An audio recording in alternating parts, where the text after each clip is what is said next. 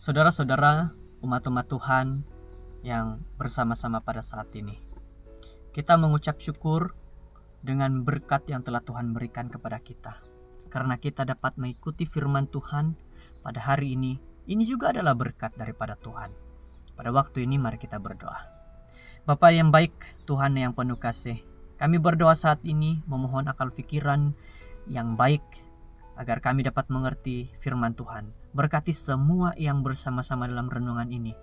Tidak kira dimanapun mereka berada, Tuhan memberikan penjagaan kepada mereka saat membaca mendengar firman-Mu ini. Dalam nama Yesus, amin. Judul firman Tuhan pada saat ini adalah Jujur dengan Tuhan.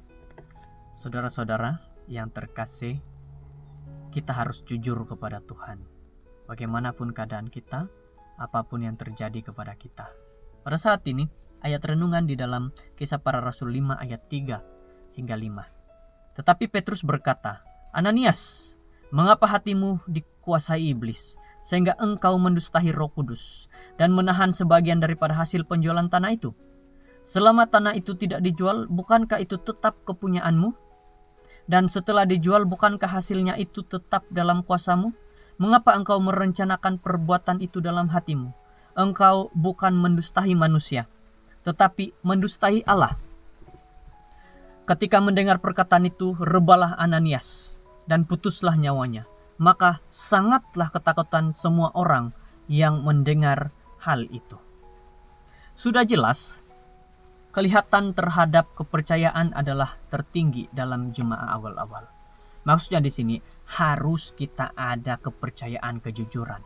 Cerita dalam Kisah Para Rasul ini memberitahu kita dan semua orang yang telah menjadi percaya tetap bersatu.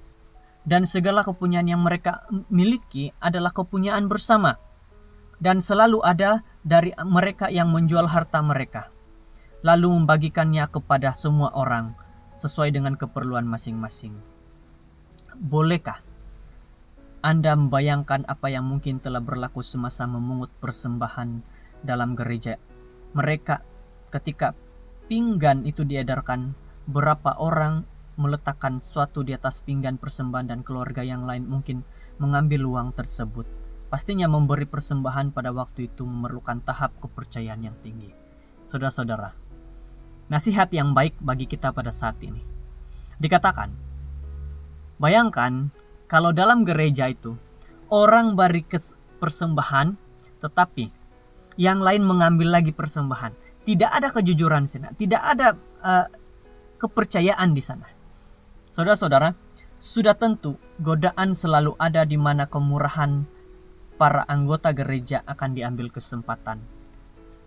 Saya sendiri telah melihat para individu yang kurang jujur dengan gereja. Dalam meminta pertolongan, saya telah belajar yang kita perlu hati-hati apabila meminta pertolongan, dan kita perlu mendapatkan sebanyak informasi yang boleh sebelum memberi pertolongan dalam cara yang berbaloi. Maksudnya di sini adalah kita sebenarnya digalakkan memberi bantuan, pertolongan kepada orang lain. Tetapi satu yang kita diajarkan pada hari ini adalah coba peroleh semua info tentang orang yang minta pertolongan. Bukan berarti kita tidak mau membantu, tetapi kita mau bantu supaya kita juga tidak merasa bahwa pertolongan kita itu tidak berguna, tetapi sangat berguna kepada orang itu karena kita membantu dengan sesungguhnya. Ananias dan istrinya melihat dedikasi para anggota dalam jemaat mereka, dan suami istri ini mahu dipandang tinggi oleh masyarakat. Walaupun mereka memberitahu jemaah bahwa mereka akan mendermakan semua uang mereka daripada penjualan sebidang harta, namun mereka memilih untuk menyimpan beberapa jumlah tertentu untuk kegunaan mereka sendiri. Untuk melindungi jemaah daripada kemunafikan seperti itu, Tuhan telah bertindak keras terhadap pasangan itu. Lebih baik untuk bersikap jujur dengan Tuhan daripada dipandang tinggi oleh anggota gereja.